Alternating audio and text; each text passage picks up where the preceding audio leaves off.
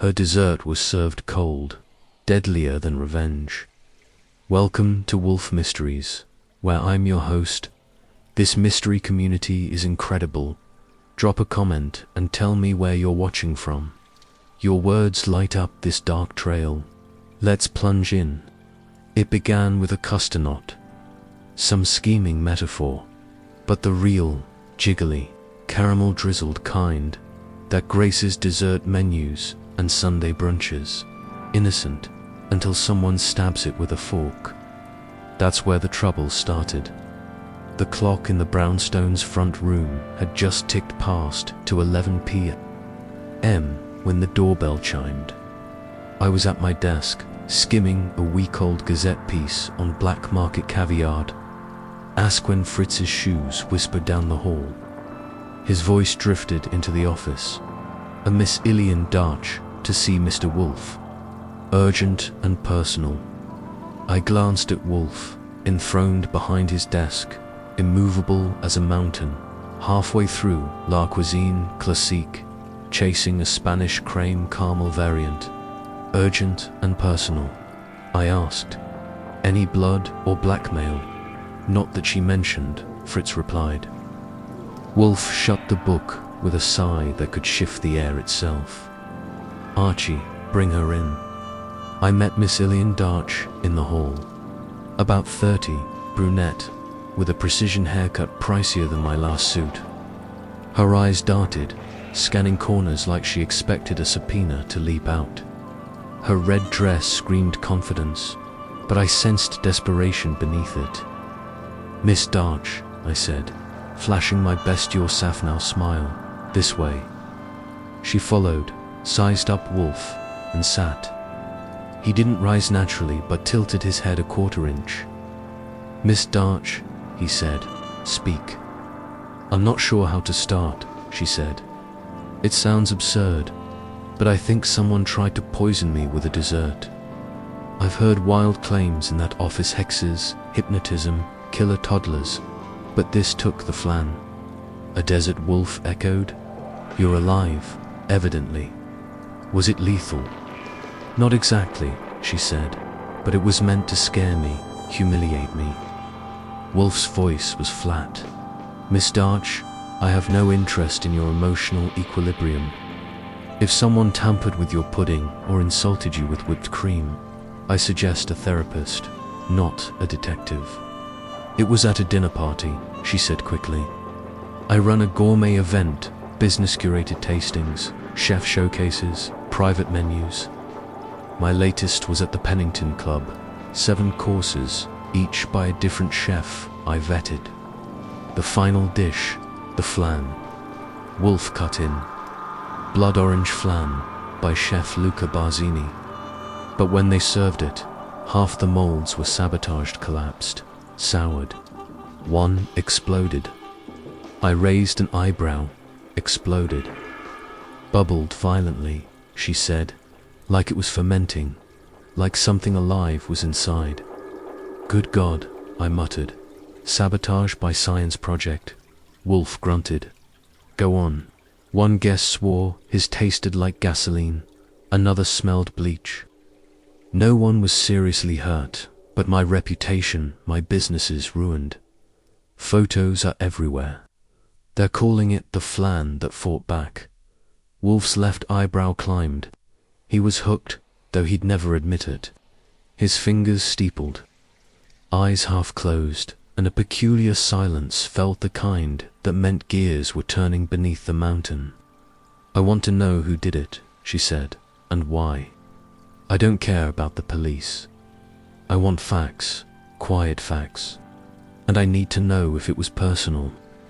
That last word landed like a clove in cream, sauce sharp. Unexpected and heavy with intent. A little too sharp. Why would it be personal? Wolfe asked. I think someone meant to ruin me, not just the event, me. It took out my notebook. Okay, let's start with the names, guests, chefs, staff, anyone with a grudge. She took a breath, reached into her bag, and handed me a list. That chefs were all local stars. Bazzini Mincho, Frederick Graf, Yasmin Toma, plus the Zoomlier, the mixologist, and the host, Arthur. Pennington. I skimmed the names. It read like a menu and a social ladder all at once. Anyone on here have a reason to want you discredited? I asked. She hesitated. May Bartha and I dated briefly. Badly. Chef Graff once accused me of stealing one of his menu ideas, and Yasmin.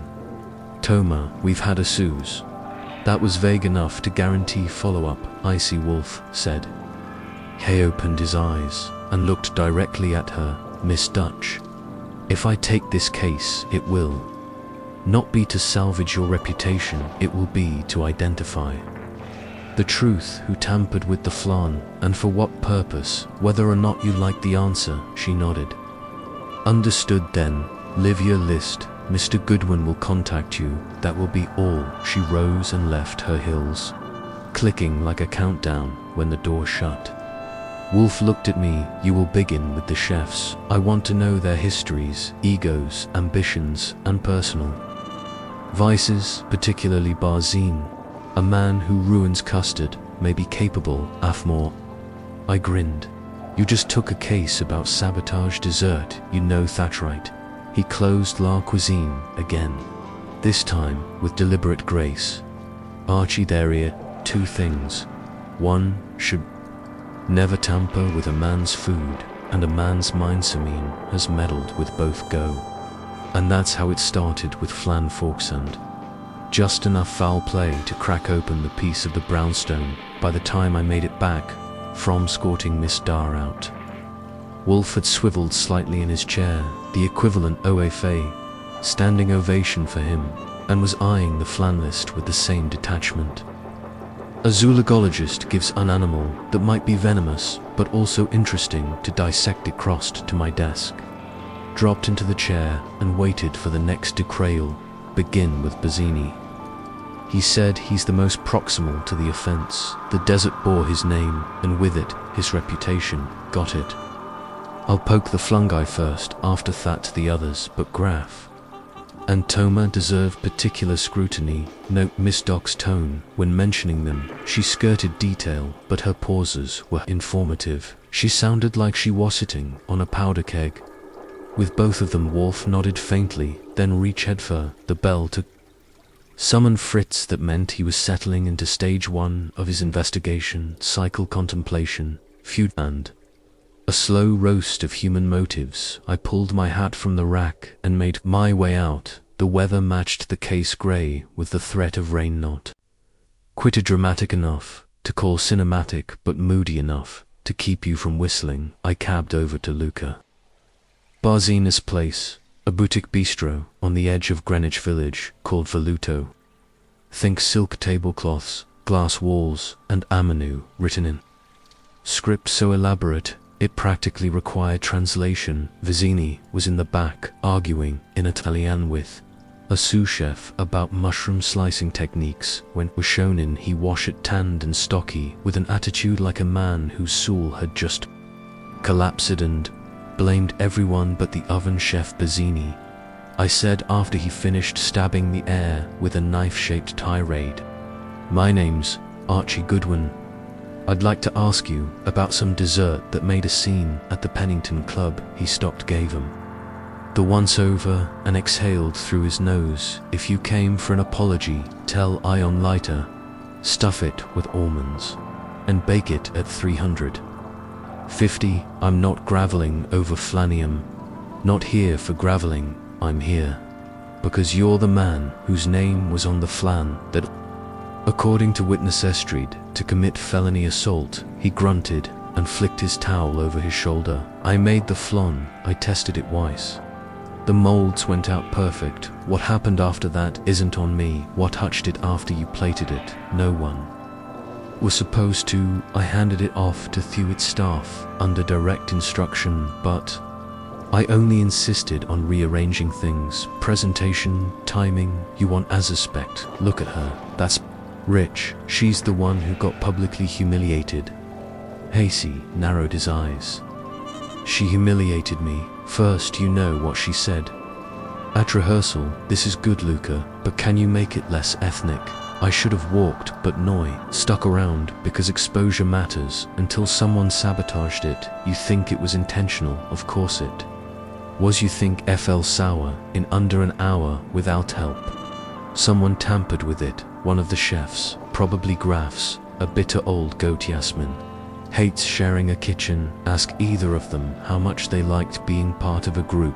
I asked a few more questions, got some vague answers, and jotted it all down. In my way out, I noticed something odd. One of the prep cooks had paused in theaterway, listening. In young guy, mid-20s, tall, with a ring through one ear, and a posture that said he didn't want to be seen, but couldn't help being curious when he realized I'd clocked him. He vanished back into the kitchen like steam.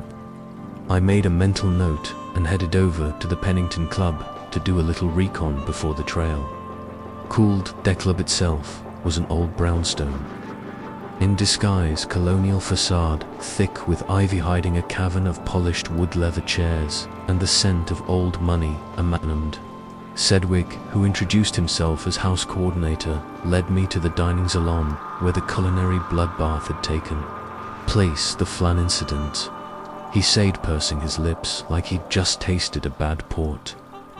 Unpreed, the molds were kept in the service fridge, right here, chilled to regulation. Locked. Technically yes, but 6 people had decky, including myself. Anyone poking around who shouldn't have been. He hesitated. Chef Toma and Chef Graf had an argument about counter space, and Ionadar disappeared for 20 minutes before the dessert. Kor said she was checking plating arrangements, but no one saw her rental. It was time to serve. That was interesting, especially since she hadn't mentioned it herself. Thanks, I said Mindif. I take a look at the service fridge. He led me to its standard industrial, built tight seal, nothing obviously amiss, except one shelf bore faint pinkish smears, like something sticky had been hastily wiped off. I took a photo with my phone and made a note to ask Fritz if he recognized the texture or residue. I heard a hunch Wolfe would enjoy a chemical puzzle along with his lunch. I got back to the brownstone just before dinner. Wolfe was in the dining room, facing Fritz's latest culinary marvel, a plate of guinea hen with chanterelle stuffing and truffle oil, so potent it practically filed a tax return. I gave him the rundown between bites.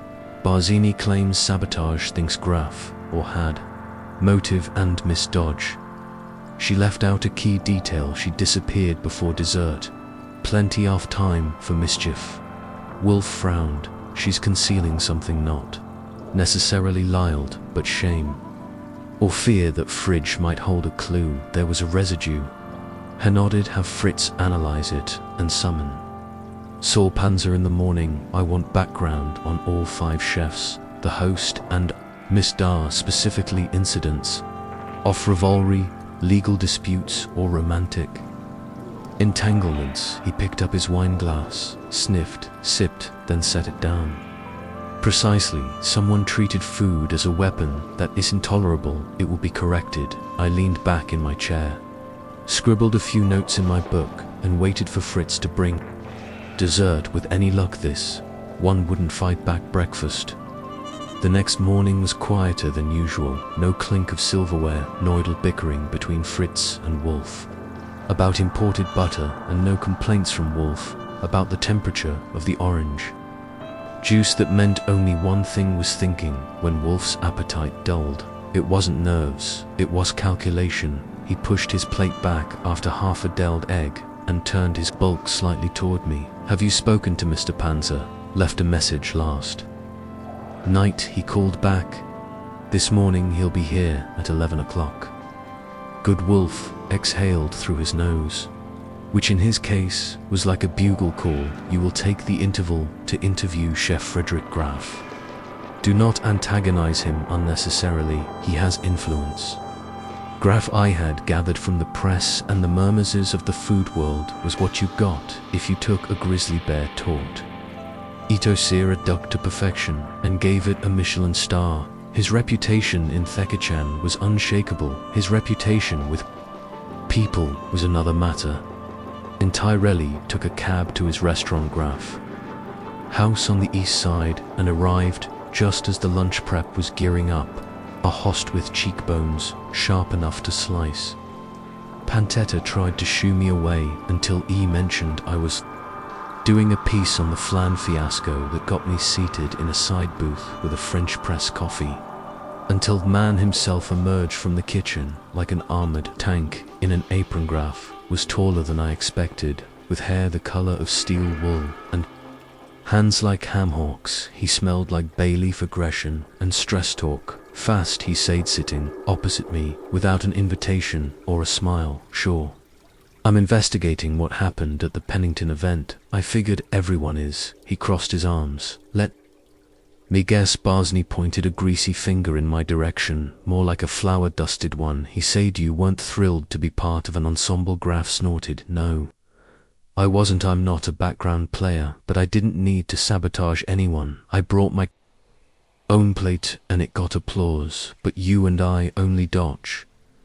There's some history. Their lips compressed into a white line. She stole a dish 3 years ago.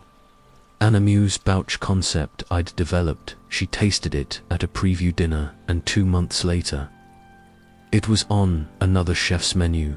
Coincidence? She claimed. I didn't believe her, still carrying the grudge. I carry a lot of things. Resentments don't weigh as much as some of my knives. Would you like her business to crash? He gave a short laugh. Sure, but I do it honestly. I don't put poison in pudding. I leaned in, but someone did, or something close to it. If not you, who? He didn't hesitate. Yasmincha's got the ego of a monarch and the subtlety of a landmine. She hated that Luca got the final course.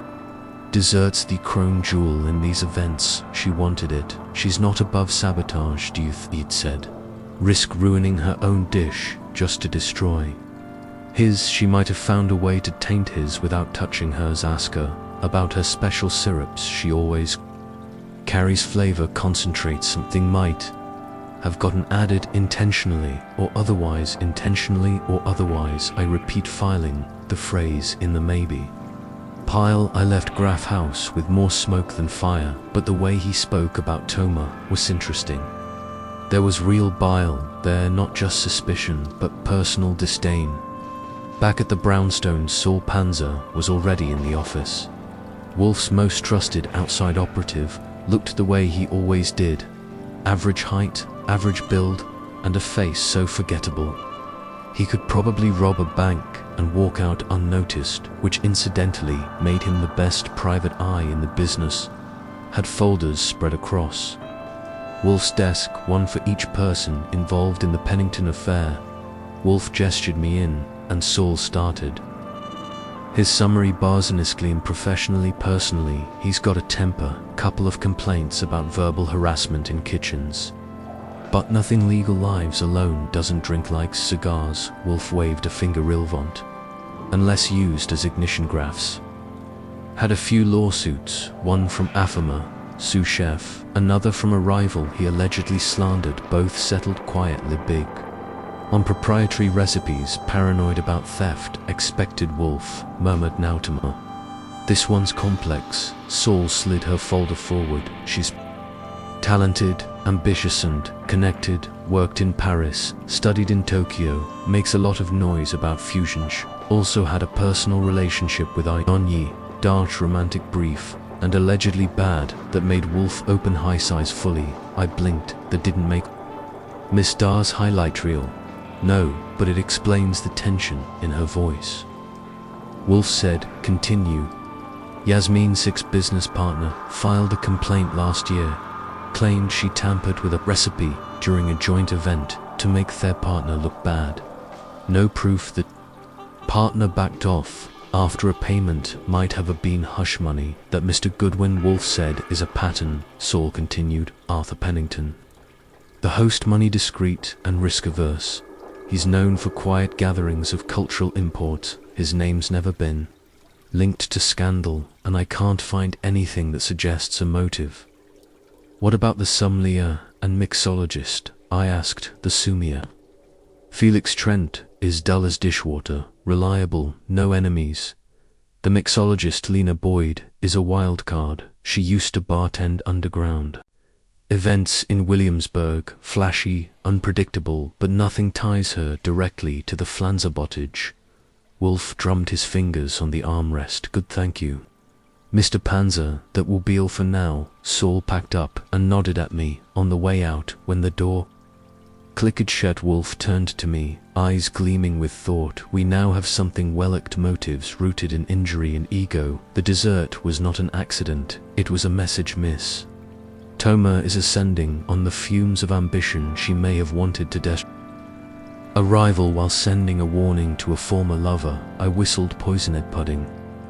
As personal vengeance, that's some noir cuisine. It fits, but we require proof, Mr. Goodwin. You will now pay a visit to Miss Toma. Discretion first, temperature. I stood you. Want me to charm or challenge? Begin with the former risotto. The latter. As I reached for my coat, Wolfe added almost as an afterthought, and take care not to accept anything she offers. We already have one custard catastrophe. I will not risk another. I nodded. Right, no eating strange desserts. Got it. I left the brownstone with the next name on my list, and the feeling that this was about more than just culinary revenge. The flan had fought back, but the real battle was just getting started.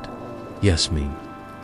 Toma's restaurant myth was exactly what I expected from a chef accused of weaponizing flan. Minimalist decor, plants suspended in test tubes, and music that sounded like Simeone strumming a harp underwater. The hostess gave me the look reserved for walk-ins wearing suits that didn't scream Scandinavian tailoring, but I told her I had an appointment, gave her my name, and waited by a wall of dehydrated citrus art until Miss Toma emerged. She was striking sharp cheekbones, hair pinned in an origami-like twist, and I sat, studied you like a dish she wasn't quite sure was seasoned right. She wore a black chef's jacket with crimson piping and a silver pin in the shape of a spoon. So you're Archie Goodwin, she said without preamble. Wolfe's legman.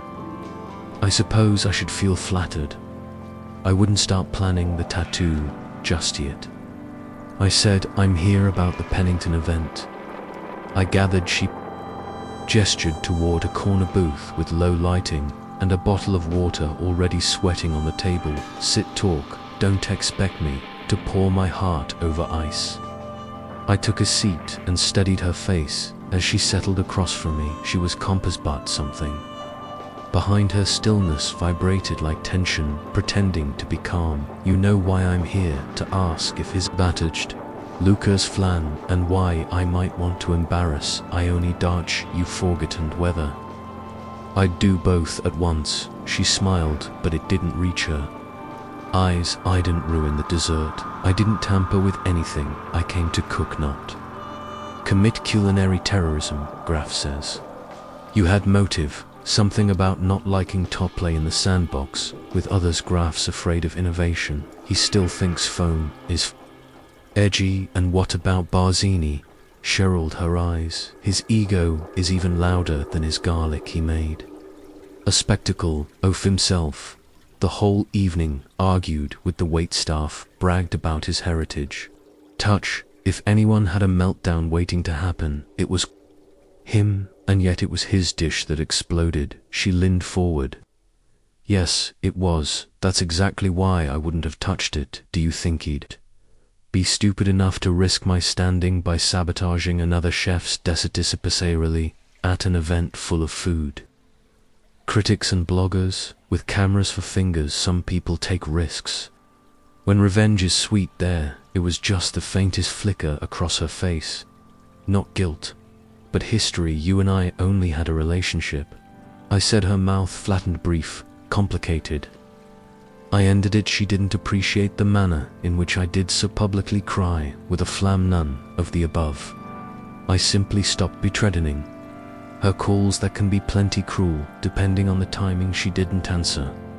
That what about this rumor that you carry syrups and concentrates with you? Could any of them have let Psy accidentally gotten into Bezzini's molds? Rumices, I carry ingredients, no none of them would ferment. Flan into a crime scene, my extracts are for cocktails, not sabotage. Besides, my prep station was on the opposite side of the kitchen. If something happened to his dish, it didn't come from me. I scribbled a few notes.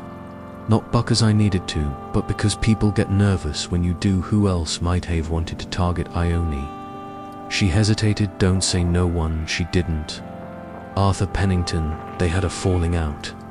Romantic, no financial. He backed one offer.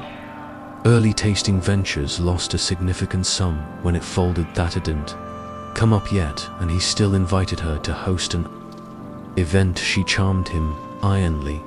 Can be very persuasive. Any chance he'd want her reputation singed without hitting his hands dirty? More than a chance. Arthur doesn't like mess, but Helix power, and if someone embarrassed him financially, he might be inclined to make that person vanish socially instead. He filed it away. Did you notice anyone near the deserts before service? She shook her head. We were all in chaos mode. I had 2 burners failing and a pre-persistent who kept confusing dill for fennel. I barely saw my own plate before it went out. I stood. Thanks, miss. Tamar, you've been helpful. She arched an eyebrow. You don't believe me? I believe her. A good chef with sharp instincts and a very practiced poker face. Whether you stirred more than risotto that night, well, Wolfe will figure that out. As I walked out, her voice floated after Mattel. Wolfe, if he wants a clean palate, he should try my hibiscus mint sorbet. Note of writhing I serve has a hidden agenda. Back in the cab, I reviewed my mental checklist. Toma wasn't innocent, but that didn't make her guilty. Her past with Ione was messy, and her tone when speaking of Barzini made it clear she'd gladly see him tripped, but not necessarily framed. I made one more stop before heading home. Arthur Pennington's Brownts. The doorman said he wasn't seeing visitors. I left my card with a gent scribbled in red ink and returned to our own hallowed ground. Wolfe's brownstone, where Fritz's roast chicken was already perfuming the dung. An offering to the gods upstairs. Wolfe was in his chair, a fresh bottle of beer within reach, and a scowl ripening beneath his eyes. Report, he said. Toma admits the past with Ione. Says she ended it. Claims no motive to sabotage Barzini. Too risky, but she pointed a finger at Pennington. Said he lost money on Ione and may want payback. Himph. She also confirmed she carries syrups, but denied tampering. No strong alibi. No smoking flask. She is too clever to leave smoke, Wolfe murmured, but there may be fingerprints. I tossed my notebook on the desk. One more thing. Graf Barzini and Toma all accuse each other. Nobody wants to claim a motive, but everyone seems glad. I only got taken down a peg. Wolfe nodded. Once excellent, then the time has come for what to disturb. The dusty, well-arranged meetings quietly. I want to hear from the waitstaff at the event, specifically who handled the desserts and who was seen where. I'll start with the woman who plated the flan. Wolfe closed his eyes. Good. The one who seethed least is often the one who saw the most. We are nearly there, Archie. This offense was not just about food. It was a message, and someone thought Wolfe would not read it. He opened his eyes full of gleam. They were wrong. The following morning, I had a hot list and a hotter coffee. Wolfe had given me marching orders in his usual crisp tone. Locate and interview the waitstaff who platedeth doomed flan. His theory, which he hadn't explained in full, he rarely dosed subtle, he's polished it to a shine, was that whoever tampered with the desert hadn't done it during prep, but during the final phase, when it was most vulnerable and least supervised. My first call was to the Pennington Club. The house coordinator Sedgwick remembered me and wasn't thrilled, but a few references to police involvement and a vague allusion to civil liability got him to cough up a name. Dire Masters. One of these vice captains. That night, she'd handled dessert distribution and had, according to him, a nearly of order sounded perfect. Dyer agreed to meet at a coffee shop in Murray Hill between lunch and dinner shifts. She arrived 10 minutes early and sat like a soldier. Spine straight, hair-tight voice clipped. I already told the club everything, she said. Before I'd even ordered, tell me again, I'm easier on the upholstery. She looked at me like I was either very clever or just another complication in a week of bad Yelp reviews, but she talked. We kept Teflons refrigerated until 15 minutes. Before service, I moved them from the cooler myself. They were in molds identical. Clean. I lined them up on the plating counter and started done molding. Anyone helping? You? Yes, 2 runners, Mark and Julie. They brought garnishes, orange zest, candied peel, bassini. Left strict instructions, no deviation. And did anyone touch the flange besides you? She hesitated. Julie said she saw something strange. Amen. Near the dessert trays, said he looked like kitchen staff. But she didn't recognize him. That perked me up. Describe him. Tall white coat. No name tag. Dark hair, ponytail. That didn't fit any of the chefs I'd met, certainly not Barzini, who wore his name on his chest like a medal. Did Julie confront him? No, he disappeared before she could. We assumed he wasn't alone. Bazzini brought along and the desserts. When did you notice? Something was off as we plated them. Some of Teflon's held, some collapsed. One was bubbling. Could you tell if the sabotaged ones were from the same batch? Same tray, were all from the same cooler shelf, but we didn't notice a pattern until it was too late. I finished my coffee and looked at her. One last question. Did I only Darch seem off, distracted, nervous? I frowned.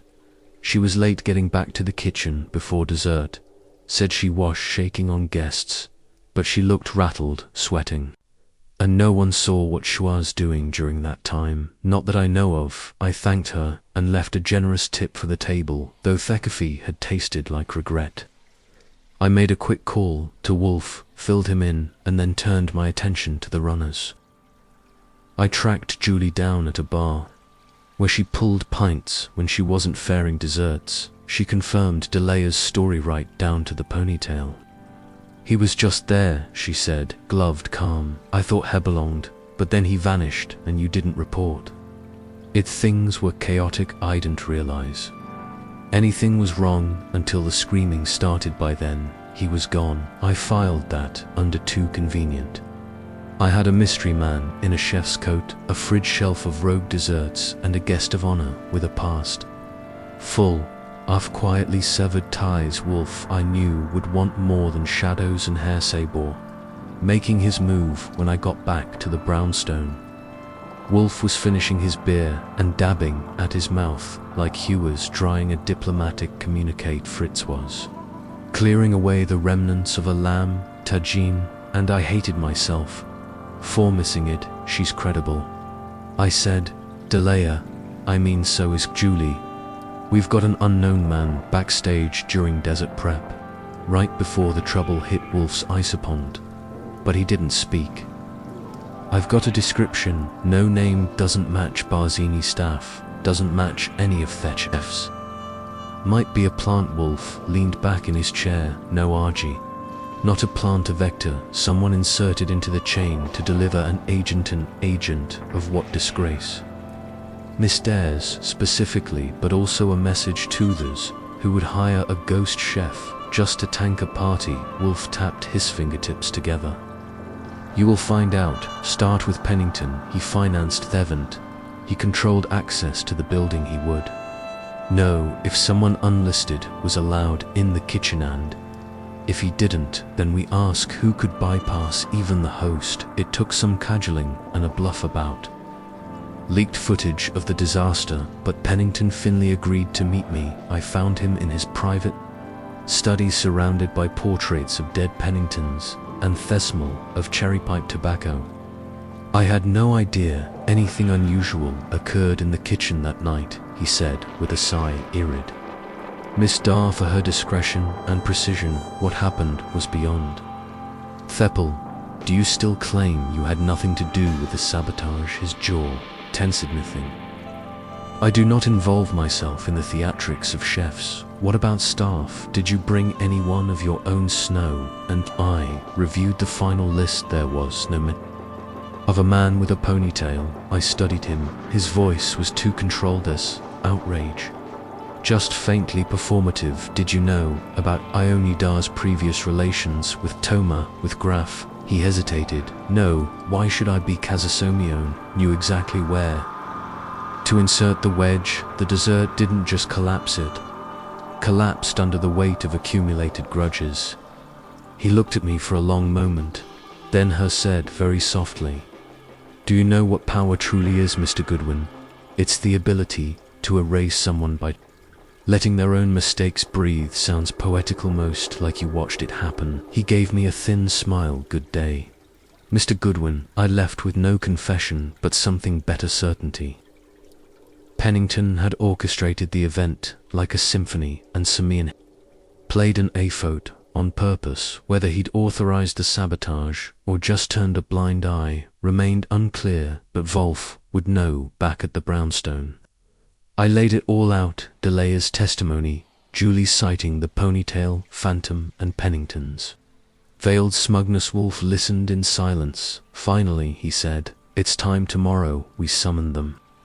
Aluftum, yes. Darch Bazzini, Graf Toma Pennington, here in my office. I nodded. You going to offer them flan? He closed his eyes. Archie, if I do, I'll prepare it myself. The next day dawned cool and damp, the kind of weather Wolfe loathed. Reinhard tapped the city all night, and the brownstone's windows wore a misty film that Fritz was already wiping when he came down. Wolfe naturally had not stirred from his plant rooms, where he could sulk in chlorophyll-saturated silence, while orchids got the attention people rarely earned. We had a full docket ahead. Wolfe had instructed me the night before to contact each of the key players: Miss Dar, Bazzini, Graf Toma, and Pennington, and scheduled them for a gathering in the office 1 hour apart, staggered so that could be confronted, contained, and released before the next arrived a parade of suspects. I'd said, not a parade. Wolfe corrected me. Her sequence set precision matters at 1000 A.M. sharp. Miss Dar was first. She arrived in a navy wool dress, high collar hair pulled tight. Whatever warmth she had mustered on our first meeting was gone now, replaced with something more brittle, guilt maybe. But with Ione Dar, guilt always wore perfume and denied everything. "I assume you've made progress," she said, as she took a seat. "That depends on how you define progress." I told her, "We've ruled out natural causes. The FL didn't self-destruct." Wolfe already settled behind his desk with his mountainous stillness in place made a sound that was almost approval. "You told us you wanted answers," he said. "You shall have them, I hope. They're useful." Wolfe looked at her. Miss Dodge who had access to the list of attending chefs and staff prior to the event. Did Pennington did, and the club's coordinator said Wiccan did. Any of theme object to your selections? A pause. Arthur wasn't thrilled that I chose Barzaneth. Had words over some past menu consultation. Did he voice that concern? Suggested I remove him. I refused. Did you make note of any changes to Thekichan staff roster that evening? No. Wolfe nodded toward me. Archie, primera, retri, beda printed sheet from my inside pocket and placed it on the desk. Wolfe slid it over with one finger. It was a freeze from Pennington's kitchen camera system, courtesy of Saul Panzer, who'd quietly obtained access late the night before. A man in a white coat, talpany tail, no name tag. Wolfe turned the page toward her. "Did you see this man that evening?" Miss Dar leaned in. Her expression froze, not with recognition, but with the knowledge that this had just shifted from conversation to interrogation. "Didn't notice him. That doesn't mean he wasn't there. That does mean you were notice attentive, as claimed," Wolfe said sharply before she could retort. I escorted her to the front hall with a gentle but firm thank you. She left without looking back. Barzini came next to eyes, sharp mouth tighter than a trust roast. "I hear this is a formal lineup." No, I said, sitting down. Without waiting for instruction, am I being accused or congratulated? Depends on whether you recognize this man, Wolfe said, rotating the same still image toward him. Barzini stared at it, frowned. I have seen him wear Haronde. There he was at One said he was staging for another chef d'Interleave. A name never came back, maybe a freelance line. Cook, could he have been hired by another chef to gain access? Barzini's scowl deepened, in theory. But not on my watch, but not under your watch. That night he flinched just slightly and looked away. I don't micromanage once I hand off the dish. That is a mistake, Wolfe said coldly, especially when the dish explodes. Barzini glared. I made a dessert, I didn't build a bomb. You made thievical, Wolfe said. Someone else drove it. After Barzini was shown out, Chef Graf lumbered in. He didn't sit, just stood by the edge of the desk like a wrestler waiting for the bell. Wolfe gestured tough image. Do you know this man? Graf grunted. Saw him at the event, thought. Hewer's club staff. You didn't question his presence. I didn't question anyone's presence, unless they were screwing up my station. He wasn't near me, was he? Near the deserts? Graf shrugged. He passed by and... That did not concern you. I'm not a babysitter. No, Wolfe said, but you are Ammon, who accused others of sabotage. Did it not strike you as curious that someone unrecognized moved freely now at Fed? You say it? Yes, then I was busy. Graf folded his arms, clearly resisting urge to blame the entire conspiracy on Barzini, the French, or molecular gastronomy. Next came Yasmine Thomas. She swept in like perfume on velvet compensating Rayadel chef. Thomas. Wolfe said, do you know this man? She studied the image. Nor you sure positive, but you noticed someone unfamiliar in the kitchen? Yes. But I assumed he was a club staffer. He didn't touch my station, but he might have touched Bazinas. She offered a thin smile, in which case I'm glad someone finally did. That is not clever, Wolfe said sharply. It is dangerous. Stiffened slightly. Who would want to frame you? Wolfe asked. No one who could afford the fallout. Perhaps not, Wolfe mused, but someone who could afford a proxy. And then came Arthur Pennington. He arrived precisely on time. Coat immaculate gloves folded neatly into one pocket. He greeted no one, sat waited. Wolfe didn't waste time. Do you know this man? Pennington glanced at the image. No, would. You'd be surprised to learn. He was not on your approved staff list. I would be concerned, yet you made no comment when informed he had been seen near the deserts. I assumed you were exaggerating. For effect, I never exaggerate, Wolfe said. Pennington's mouth twitched then. I suppose you'll tell me who he is. Wolfe's eyes flicked to me. I stepped forward and placed a final sheet on the desk. A name resume, and a connection. His name is Kieran Platt, I said. Worked briefly at 3 of the chef's restaurants under aliases. Fired twice. Last known gig as a freelance culinary constant, underwritten by a private donor. That donor was traced to a shell account linked to a certain Pennington trust. Pennington's face didn't change about his silence said plenty. Wolfe sat back. You did not poison the flan. You paid someone to infiltrate someone with enough knowledge to ruin a dish, but not enough to leave no trail. I had no such knowledge, Pennington said. No, you merely give someone access and a goal, the discrediting of Ione, Darch the punishment of ambition and the satisfaction of control. I owe you nothing, Wolfe. No, Wolfe said, but you, we the truth to yourself, which you are clearly unwilling to pay. Pennington stood. Are we finished? Wolfe closed. High sighs. Yes, but justice is not. I escorted Pennington out back in the office. Wolfe exhaled deeply, then rang for Fritz's call. Inspector Kramer, he said, and tell him dessert has been served. Then he glanced at me. Archie, never let her mania your flan, unless he's earned the privilege. Noted, I said, though I'm still unclear if that's a metaphor or a recipe. Warning. Wolfe smiled slightly, which meant the case was almost over. It was just after 4 o'clock when Inspector Kramer stomped into the brownstone dripping rain on the hall rug, and chewing his cigar like it had insulted his mother. He didn't wait for Fritz to take his coat. He rarely did. He just bellowed Wolfe, loud enough to startle the orchids upstairs, and came marching toward the office like the cavalry, except less coordinated and moranoid. Wolfe didn't rise naturally. He just waved a hand toward the red leather chair across from his desk. "Inspector, sit. You have something for me."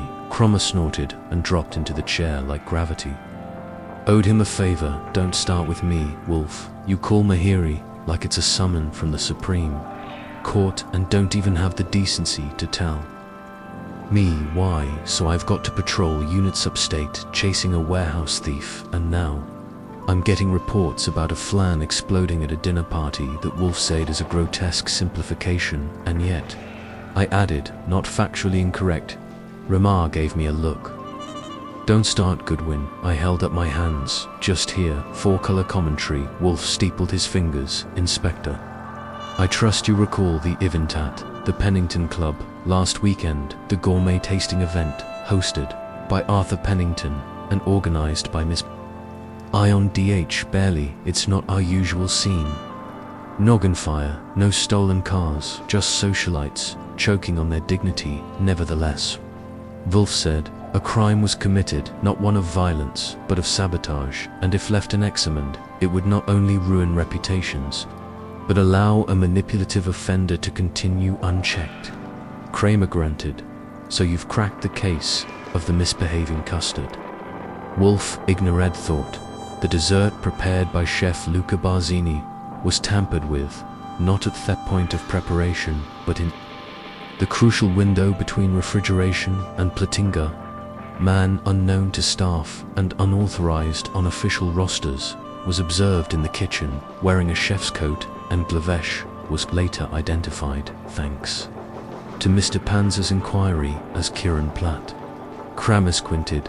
"That name means nothing to me." "It wouldn't," I said. "He's a floater, hops between kitchens under different names, fired repeatedly for unprofessional behavior, including an incident at Graf's place involving a misfired creme brulee, seen working quietly under the umbrella of an unlisted donor, traced to an account managed by Arthur Pennington's trust," Wolfe continued. "Kieran Platt was a paid vector. He infiltrated events, back of house docked the flan, and vanished before the guest discovered the sabotage. The intent was to ruin Miss Darch, publicly and irreparably." Kramer sat forward, the chew slowing on his cigar. "Pennington, you're saying a guy like that paid for this circuses?" Wolfe said, though I doubt he anticipated it. "Would resemble a circus's tastes, are more surgical. Why, a mix of revenge and reputation management. He had a financial falling out with Miss Dar. She ignored his suggestion to cut Chef Barzini from the roster, instead of letting the event succeed. He arranged for it to implode quietly from within." Kramer rubbed his forehead. "You've got proof. Financial trails, testimony from staff, surveillance images, and Platt's name in connection with prior kitchen infiltrations. We don't have Platt in custody." "You will," Wolfe said. "He's currently residing in a rent-controlled apartment in Atoria. Mr. Panzer has the address." Kramer gave a slow exhale. "Damn you, Wolfe." "You're welcome," Wolfe said, lifting his beer.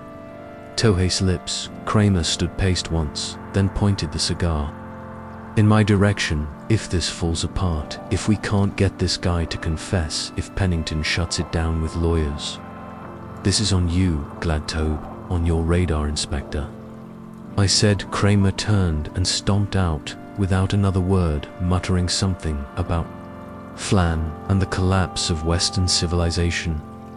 Han, the door closed. Wolfe sighed. "I dislike him," he said, "but I do admire his punctuality." "So," I said, settling into my chair, "let's review." Barzini's pride got roasted. Graf's paranoia was justified. Tamasa remain untarnished, and Pennington, who died, has overplayed Hishland.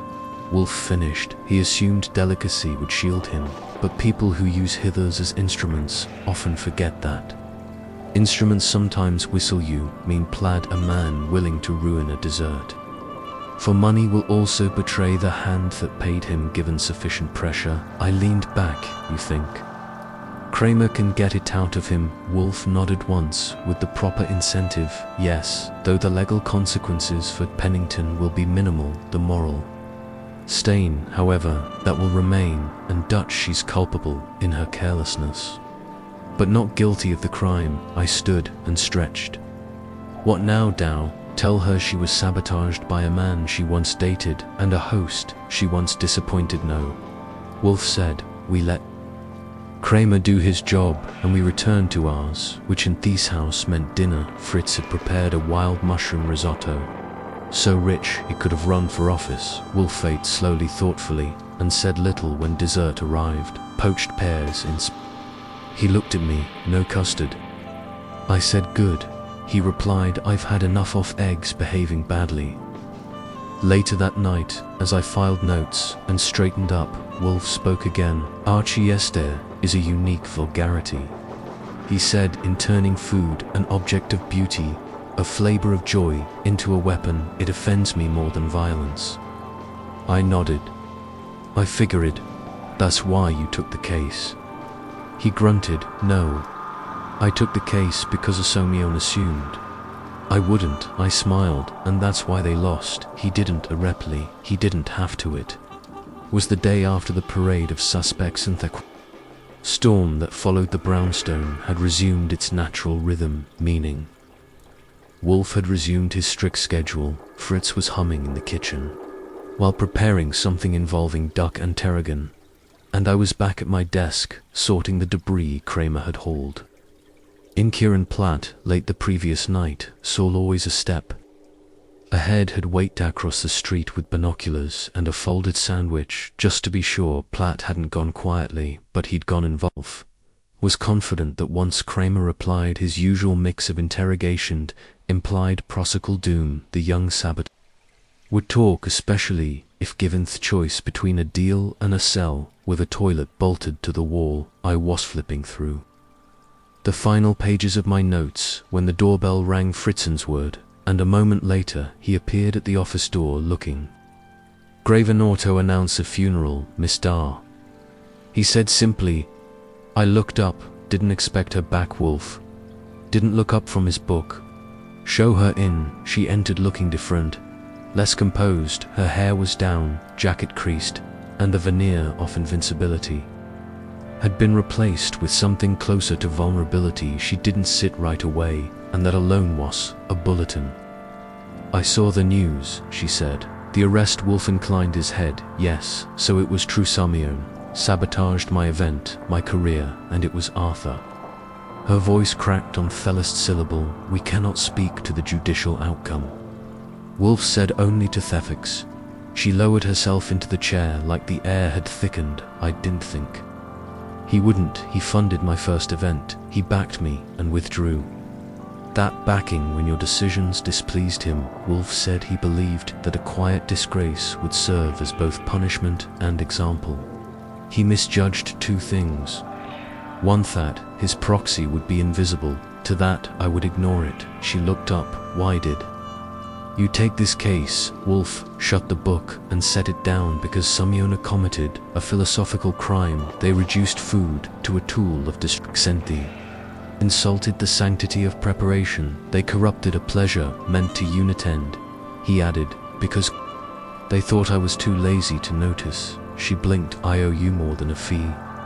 You owe us nothing, Wolfe said, except candor.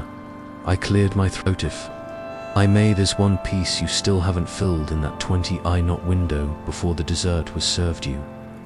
Left the kitchen. Everyone noticed. What were you doing? She winced, trying not to cry. I had just found out that Arthur was bringing in his own photographer, one who specialized in restaurant disasters. He didn't tell me. I only learned from a waiter who overheard him bragging to a guest about a calculated ending. I left the room to gather myself. And you didn't mention this before. I didn't think it mattered. I didn't want to seem hysterical. I nodded. Slowly. That explains why you looked flushed. noticed I was humiliated before the sabotage even started, she said quietly. I didn't imagine it could get worse, but it did. Wolfe said she stood, tugged her coat into place, and looked around Therum like she was seeing it for the first time. Thank you, both of you. Wolfe made an uncommittal sound. I walked her out and closed the door behind her. The house settled again. Its stillness, familiar and oddly comforting. I returned to Theophis and found Wolfe with his eyes closed and fingers templed. You believe? I asked. Yes, that's rare. He opened one eye. Even I acknowledge sincerity when it stops performing. I went to the cabinet pour a two fingers of rye into a glass mine, not his, and sat down. You know, it's stranger this case. Started with a plan, and it ended with a confession, bought with a payroll stub. It ended, Wolfe said, with the restoration of order. Pennington's going to get away with it, legally, yes.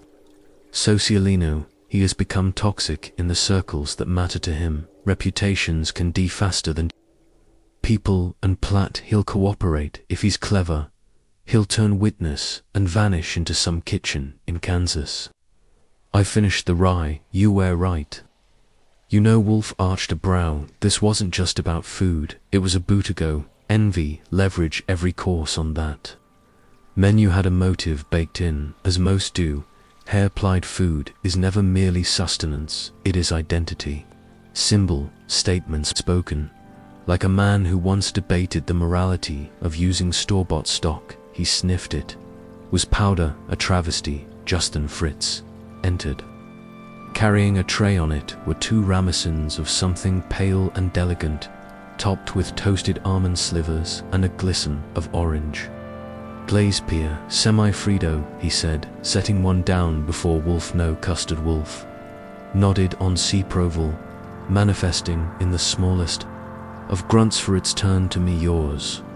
I took the ramekin with a grin. Thanks, Fritz, as we ate in the growing quiet of Theophis. Wolfe glanced toward the window. The rain had stopped. A little sunlight pressed through the glass, illuminating the orchid leaves.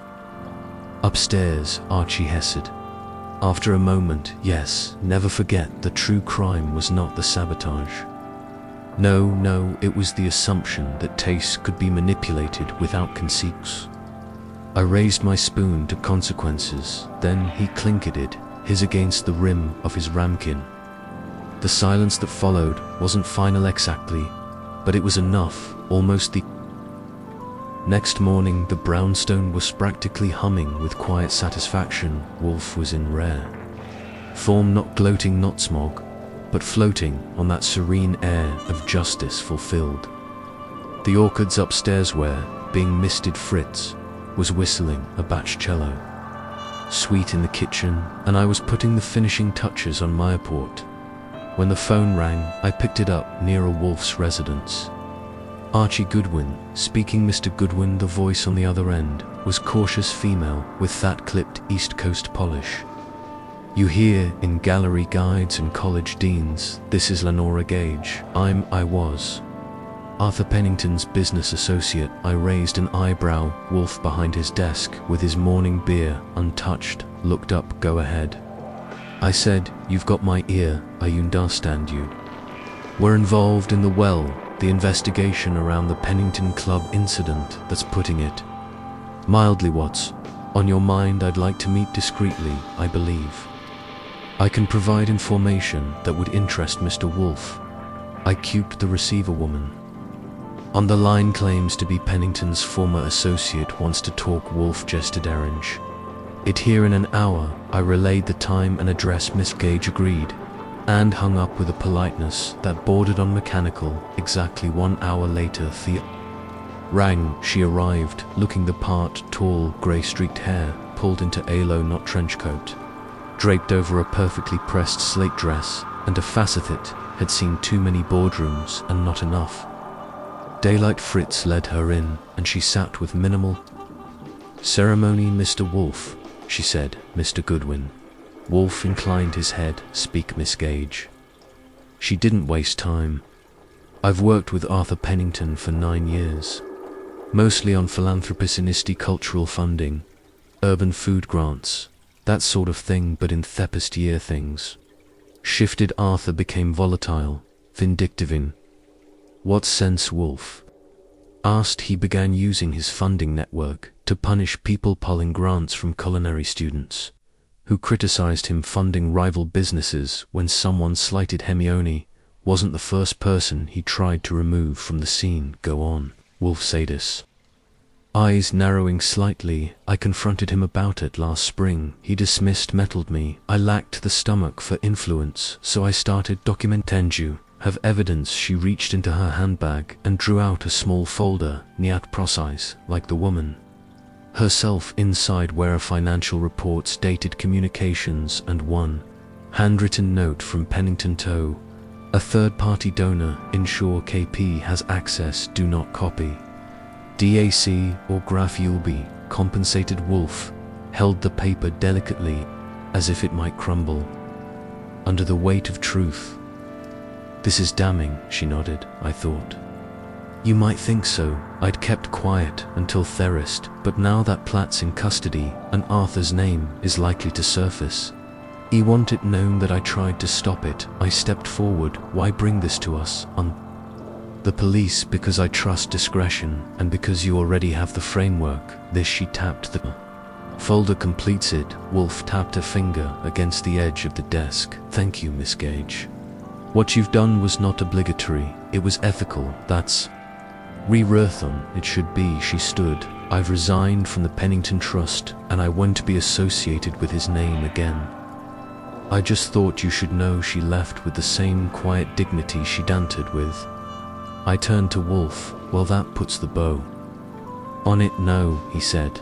That puts a seal on it. I filed the folder, made copies for Kramer, and faxed one too. Sol, just in case. And then, just like that, the case passed into that sacred post-mortem phase. Wolfe relished the stage of reflection, dissection, philosophical wing. Down that afternoon, as Fritz laid out lunch, Avenue Piccata, that smelled like Tuscan's better days, Wolfe mused aloud. It is a curious thing, Archie, what is how quickly the social predator cloaks himself in civility. Pennington wrapped his malice in etiquette. In selective philanthropy, believed that cruelty delivered through correct channels would go unnoticed. Hard to get caught when you're resmelling at galas. Exactly, but the fallacy is obvious when you corrupt the act of nourishment, when food of all things becomes a weapon. It draws notice. It defends something primal. I think that's why this case bugged you so much. He chewed slowly. Yes, because it was quiet cruelty, measured, calculated. That is the worst kin. We ate in silence for a few minutes. Afterward, I drifted into the office a while. Wolfe went to the plant rooms for his 4 o'clock ritual. The orchids were safe now, so was the brownstone. Maybe, just maybe, so was I. Dutch, at least until the next sharp-tongued critic decided she was a threat. I took the opportunity to update my log. Case closed, all loose ends tied. Almost. There was just one thread left, dangling. Fate fiending.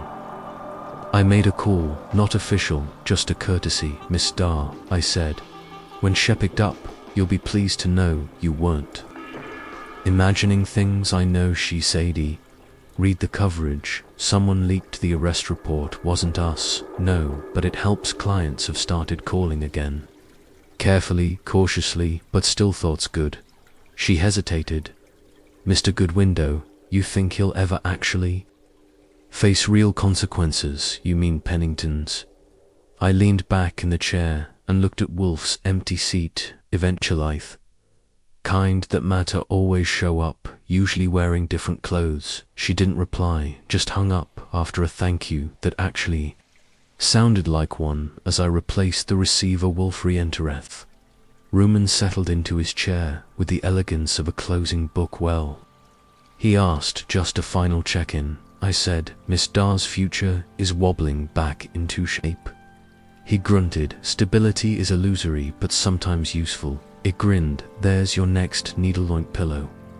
Wolfe lifted his book. Don't be vulgar. As night fell and the lights of the city blinked into being, the brownstone stayed still, calm, unshaken.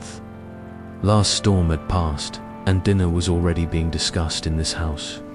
Justice was slow cooked, served hot, and never ever tampered with it was too. Days later, that the last echo of the case came knocking softly, politely, and in thirfum of an envelope slid under the front door sometime between the postman's departure and Fritz's afternoon inspection. Of the front rug, it wasn't much to look at. Ivory paper, no return address. A typewritten label reading simply Mr. Nero Wolfe. Fritz brought it to the office, like it might explode, holding it between thumb and forefinger, Wolfe in its chair, with a book on the spice routes of the Ottoman Empire in one hand and a chilled bottle of beer in the other, took the envelope without comment and slit it open. I leaned forward as he unfolded their single sheet. Inside, Wolfe read it slowly twice, then handed it to me. You were right, of course. The man I hired was careless. I was not. I imagineth. Full brunt of justice will fall short. Lawyers have a way of patting the floor beneath men like me, but I am reminded now, thanks to you, that taste is a delicate thing. I won't forget that again. Do with this what you will. I no longer care. A.P. Pennington, I said. Wolfe grunted. So what's the angle? Guilt, arrogance, both, Wolfe said. Men like Pennington don't expect to lose. When they do, they perform contrition as a final play. Like seasoning after thiefwood's gone cold. Precisely. I slid the letter into a file and added it to the folder labeled Dutch Flanopair. I just kept my pen when the phone rang again.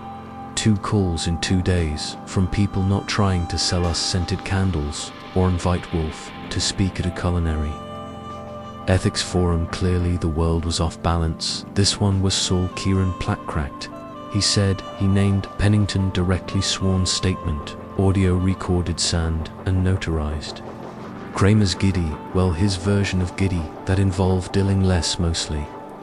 Just less growling, he said, to thank Wolfe for handing him a clean arrest. I relayed the message. Wolfe merely nodded. Saul continued. Oh, and Platts agreed to testify in any civil proceeding. Ione Darch brings, apparently he resents being the fall guy.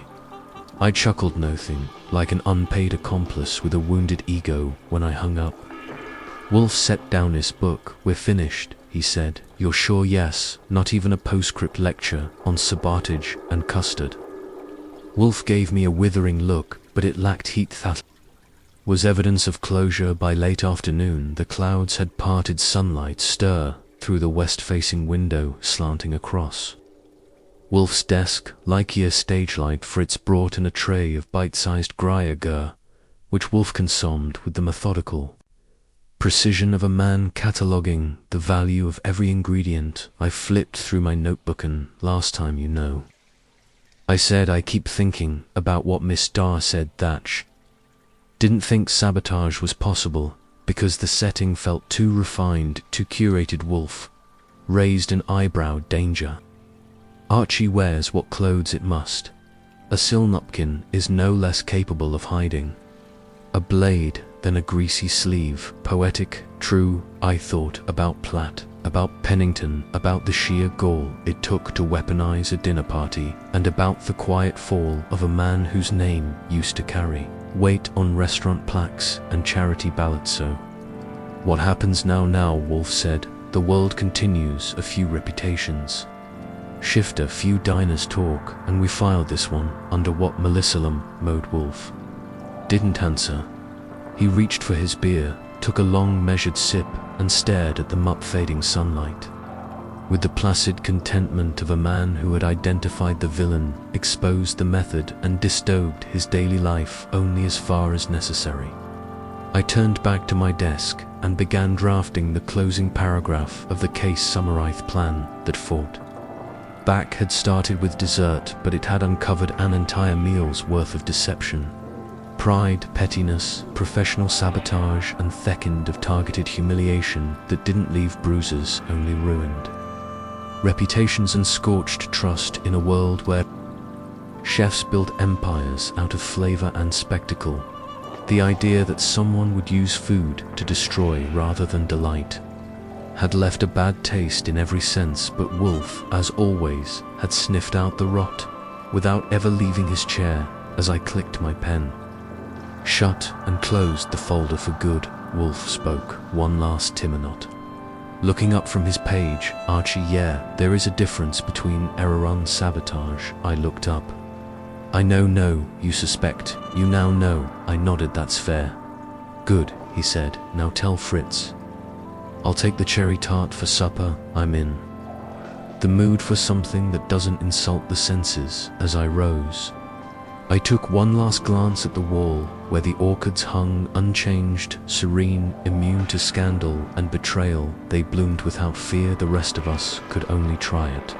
Was a week later that the last chapter, figuratively and literally closed. Kramer had his man Kieran Plafford folded under pressure, naming Arthur Pennington with the desperation of a man who'd realized too late that the promise of a quiet paycheck came with a roaring consequence. Pennington hadn't been arrested yet, but the civil suit from Miss Darch had landed with the force over cast iron skillet, and his lawyers were working overtime to keep his name off every newsletter, food, blog, and industry blacklist. From here to Napa, Wolfe, for his part, had declined to clothe, hadn't even made one of his customary barbed reflections on human nature, not for days, which meant he was thinking.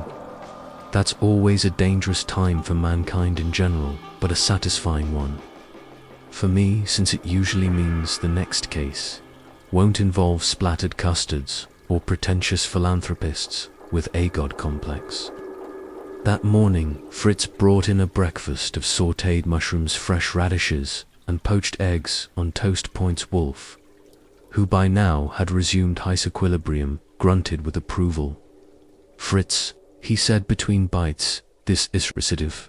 Fritz inclined his head with the grave satisfaction of a man who could weaponize butter and herbs into spiritual healing.